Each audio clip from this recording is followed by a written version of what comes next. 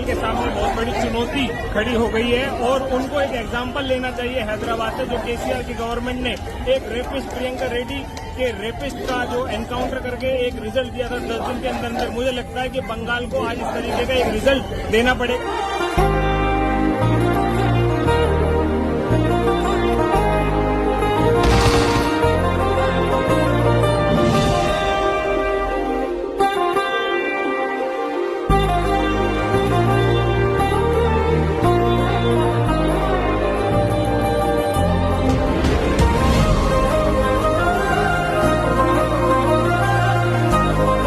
ఆడపిల్లదికి చూడాలంటే బుచ్చ పోసుకునే పరిస్థితి వస్తుందని చెప్తా ఉన్నా.